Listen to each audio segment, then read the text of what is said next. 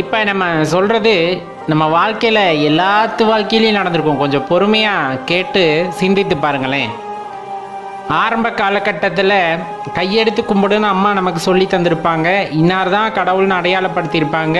பல்வேறு விதமாக நம்ம தெய்வத்தை வழிபட்டிருப்போம். ஒரு காலகட்டம் வந்ததுக்கப்புறம் ஈசன் நம்மை ஆட்கொள்கிறார் அப்படிங்கும் போது தான் ஈசனோட அருமை பெருமைகள், அவரோட அன்பு, அவரோட காதல் எல்லாமே நமக்கு தெரிய வரும். அப்படி தெரிய வந்ததுக்கு அப்புறமா அவர் மேலே நம்ம அன்பு செலுத்தும் போது, காதல் வயப்படும் போது, அல்லது அந்த பணிவு ஏற்படும் பொழுது தான் நமக்கு பிரச்சனைகளே ஆரம்பிச்சிருக்கும். அது எப்படிப்பட்ட பிரச்சனையாக இருந்திருக்குன்னா, நம்ம பக்தி நெறியில் இறங்காத வரலும், சிவபெருமான சரணடையாத வரையிலும் நம்ம யாருமே கண்டுக்கிட்டு இருந்திருக்க மாட்டாங்க. நம்ம பாட்டுக்கு போயிட்டு இருந்திருப்போம், கோயிலில் வழிபாடு செஞ்சுக்கிட்டு இருந்திருப்போம், இல்லை எல்லா ஆலயங்களுக்கும் போயிருப்போம், யாருமே கண்டுக்கிட்டு இருந்திருக்க மாட்டாங்க. என்னைக்கு சிவபெருமானை நினைத்து நாம் சிவ வழிபாடை செய்ய ஆரம்பிக்கின்றோமோ அந்த நிலையிலேயே பல தடயங்கள் அல்லது தடைகள் நம்ம வாழ்க்கையில் ஏற்பட ஆரம்பிக்கும். எங்கேருந்து அப்படின்னா, பெற்றவங்க கிட்ட இருந்தே சில சமயங்களில் ஆரம்பிக்கும். பெற்றவங்க கிட்ட இருந்தே சில சமயம் ஆரம்பிக்கும், அல்லது உற்றார் உறவினர் நண்பர்கள் சுற்றம் வட்டம் என்று அருகில் இருப்பவர்களை எல்லாம் நம்ம இழிந்து பேச ஆரம்பிப்பார்கள். கடவுளை வழிபடணும்னு நினச்சிட்டு சிவபெருமானை ஏன் வழிபடுறேன்னு ஆரம்பிக்கும். அந்த இடத்துல சிவபெருமானை ஏன் வழிபடுற அப்படின்னு ஆரம்பிக்கும். அதுக்கப்புறம்தான் எங்குமே இல்லாத ஆட்கள்லாம் நாத்திகம் பேச ஆரம்பிச்சிருப்பாங்க. கடவுள்னு உண்மையா, கடவுள்னா இல்லையே, அப்படி இப்படின்னு கண்ணா பின்னா நாத்திகம் பேச ஆரம்பிச்சிருப்பாங்க. அதுக்கப்புறமா பார்த்தீங்க அப்படின்னா, பல கடவுள்களை வழங்கக்கூடிய வேறு வேறு மார்க்கத்தை சார்ந்தவர்கள் தங்கள் கடவுள் தான் பெரிதுன்ட்டு நம்மக்கிட்டே பேச ஆரம்பிச்சிருப்பாங்க. அதெல்லாம் கேட்டு மனம் கொஞ்சம் கூட சஞ்சலப்பட்டிருக்காது.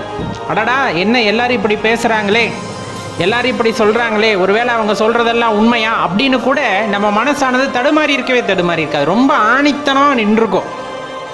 நான் பற்றியது யாரை? சிவபெருமானை. யார் என்னை ஆட்கொண்டால்? சிவபெருமான் என்னை ஆட்கொண்டார். அப்போ இவங்க பேசுகிறதெல்லாம் என் காதுக்கு கேட்கவே கேட்காதுங்கிற மாதிரி ஆயிருக்கும். ஒரு சிலர் விரதம் இருந்தால் தான் கிடைக்கும் அப்படின்னு இருப்பாங்க. ஒரு சிலர் வேள்வி நடத்தினால்தான் கிடைக்கும் அப்படிம்பாங்க. இந்த மாதிரி பல வழிகளில் இருக்கக்கூடிய வழிமுறைகளை எல்லாம் நமக்கு கற்றுக் கொடுக்க முயற்சி செய்திருப்பார்கள். அதுலேயும் ரொம்ப பார்த்தோம் அப்படின்னா, எந்த அளவுக்கு இழிந்து பேச முடியுமோ அந்த அளவுக்கு எளிவாக பேசியிருப்பார்கள். நம்மளும் பார்த்தோம் அப்படின்னா, அவர் ஆட்கொண்டதுக்கு அப்புறமா தன்னிலை மறந்து அப்படிங்கிறத விட தன்னை பற்றி அறிந்து கொள்ள வேண்டும் என்ற வேட்கையில், என்னுள் இருக்கின்ற ஈசனை உணர்ந்து கொள்ள வேண்டும் என்ற வேட்கையில் சதா சிவனோட ஞாபகமாகவே இருக்கும். சதா சிவனோட ஞாபகமாகவே இருக்கும். சதா சிவனோட ஞாபகமாகவே இருக்கும். அப்படி அதே ஞாபகத்தில், அதே சிந்தனையில் இருக்கும்போது பல்வேறு எலி பேச்சுகளுக்கு, அதாவது கண்ணா பின்னான்னு பேசியிருப்பாங்க. பித்தன் மாதிரி அலையிறான், சித்தன் மாதிரி அலையிறான், பிரம்ம பிடிச்ச மாதிரி அலையிறான், இப்படி என்னென்ன வார்த்தைகள் எல்லாம் சொல்லி பேச முடியுமோ எல்லா வார்த்தைகளையும் சொல்லி பேசியிருப்பார்கள். எந்த இடத்துலையும் மனசு அப்படிங்கிறது கொஞ்சம் கூட சஞ்சலப்பட்டிருக்காது.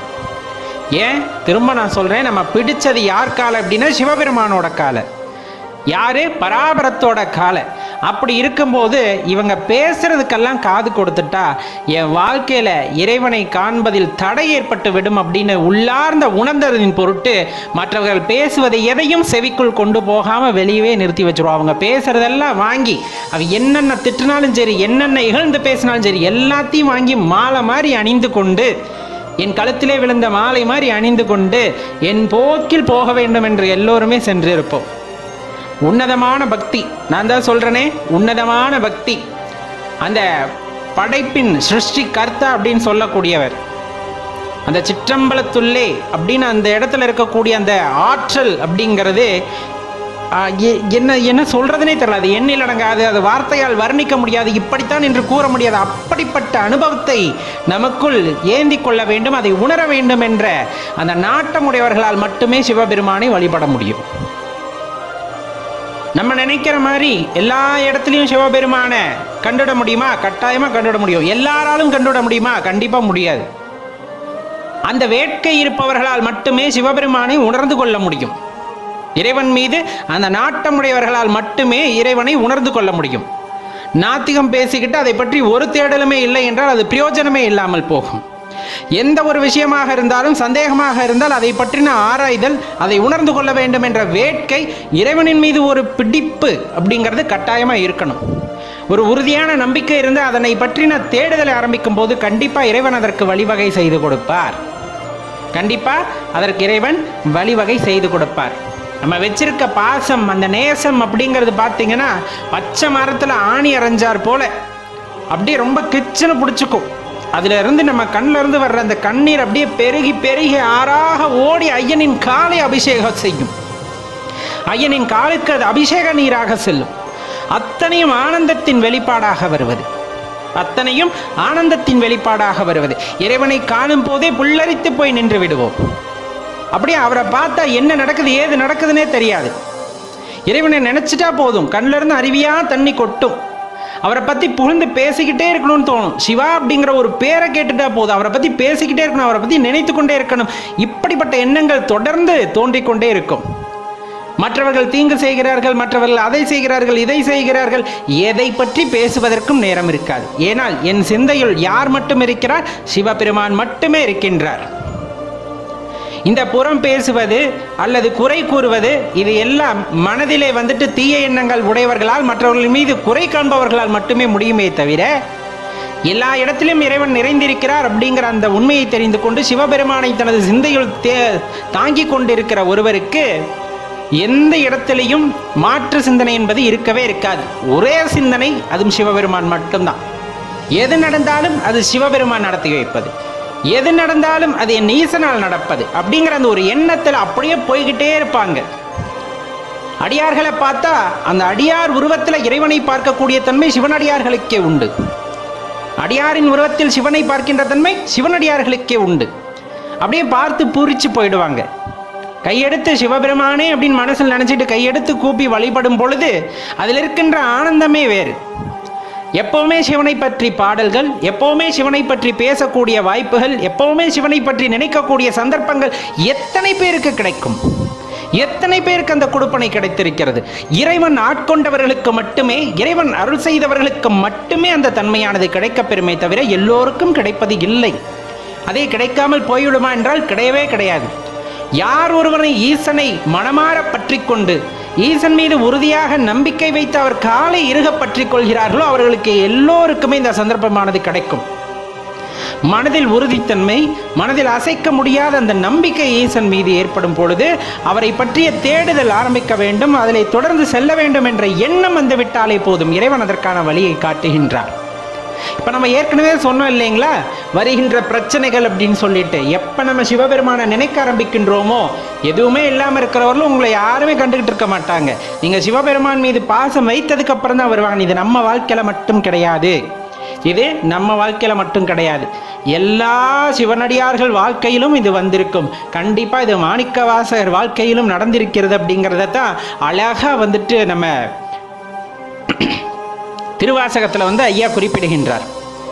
தெய்வம் என்பதோர் சித்தம் உண்டாகி முடிவிலாது ஓர் பொருளது கருதலும் 6 கோடி மாயா சக்திகள் வேறு வேறு தம் மாயைகள் தொடங்கின. ஆத்தமானார் அயலவர் கூடி நாத்திகம் பேசி நாத்தழும்பு ஏறினர். சுற்றமென்னும் தொல்பசு குழாங்கள் பற்றி அழைத்து பதறினர் பெருகவும் விரதமே பரமாக வேதியரும் சரதமாகவே சாத்திரம் காட்டினர். சமயவாதிகள் தத்தம் மதங்களே அமைவதாக அரற்றி மலைத்தனர். மிண்டிய மாயாவாதம் என்னும் சண்ட மாருதம் சுழித்து அடித்து ஆர்த்து உலோகாய் அதன் எனும் ஒன்திரல் பாம்பின் கலாபேதத்த கடுவிடம் மீதி அதிர்பெருமாயை என பல சூழவும் தப்பா மேதாம் பிடித்த சலியா தளலது கண்ட மெழுகது போல தொழுது உளமுருகி அழுது உடல் கம்பித்து ஆடியும் மலரையும் பாடியும் பறவையும் கொடியிரும் பேதையும் கொண்டது விடாது எனும் படியே ஆகினல் இடையரா அன்பில் பசுமரத்தாணி அறைந்தார் போல கசிவது பெருகி கடலென மருகி அகங்குலைந்து அனுகூலமாய் மெய்விதர்த்து சகம்பேய் என்று தம்மை சிரிப்ப நானது ஒளிந்த நாடவர் பழித்துறை பூனது ஆக கோணுதலின்றி சதுர் எழுந்து அறிமால் கொண்டு சாரும் கதியது பரமா அதிசயமாக. இந்த பாடலை படிச்சிருந்தீங்கன்னா உங்களுக்கு நல்லா தெரிஞ்சிருக்கும். இதை விட பெரிய அனுபவம் வேறு யாருக்கும் இருந்திருக்க போகிறதில்ல. ஐயா சொல்கிறதுலே எல்லாம் வந்துடும். இப்போ நம்ம எதிர்கொண்ட எல்லா பிரச்சனைகளும் வரும், இது எல்லாருமே அனுபவிக்கிறது தான். அதனால தான் சொல்லப்படுறது, இந்த மாதிரி என்ன எண்ணங்கள் வந்தாலும், இந்த மாதிரி என்ன எண்ணங்கள் வந்தாலும், எந்த சொல் வந்தாலும், எந்த எலி பேச்சு வந்தாலும் எதையும் காதுக்க வச்சுக்க கூடாது. எதையும் காதுக்கு வச்சுக்க கூடாது. அதே போல பிற தெய்வங்களை நாம் எழுந்து பேசக்கூடாது. எல்லா தெய்வங்களின் வடிவாகவும் நாம் யாரைத்தான் பார்க்கிறோம்? சிவத்தை தான் பார்க்கிறோம். யாரை பார்த்தாலும் ஓம் நம சிவா என்று சொல்லிவிட்டு சென்று விட வேண்டியதுதான். நாம் யாரையும் எதுவும் பேசுவதும் கூடாது. அதே போல் யார் பேசினாலும் நாமும் அதை காதுக்கு வைத்துக் கொள்ளக்கூடாது. சிவ சிந்தனையிலே இருப்பவர்களால் மட்டும்தான் சிவனை உணர்ந்து கொள்ள முடியும், அவருடைய அற்புதங்களை உணர்ந்து கொள்ள முடியும், அவர் யார் என்பதை, அந்த பராபரத்தை நம்மால் உணர்ந்து கொள்ள முடியும். அப்படிங்கிறத தெளிவாக தெரிஞ்சுக்குங்க. வாழ்க்கையில் முன்னேற்றம் அப்படிங்கிறது வேணும். வாழ்க்கையில் ஒரு உன்னத இடத்தை தெரிந்து கொள்ள வேண்டும், பிடித்து கொள்ள வேண்டும் என்றால் சிவபெருமானை பற்றி கொள்ளுங்கள். சிவமே எல்லாத்த விடையும் உயர்ந்தது அப்படின்னு சொல்றதை விட அந்த சிருஷ்டிகர்த்தா அப்படிங்கிற அந்த தன்மை சிவபெருமானுக்கு உண்டு அப்படிங்கிறத தான் நம்ம சொல்ல வர்றது.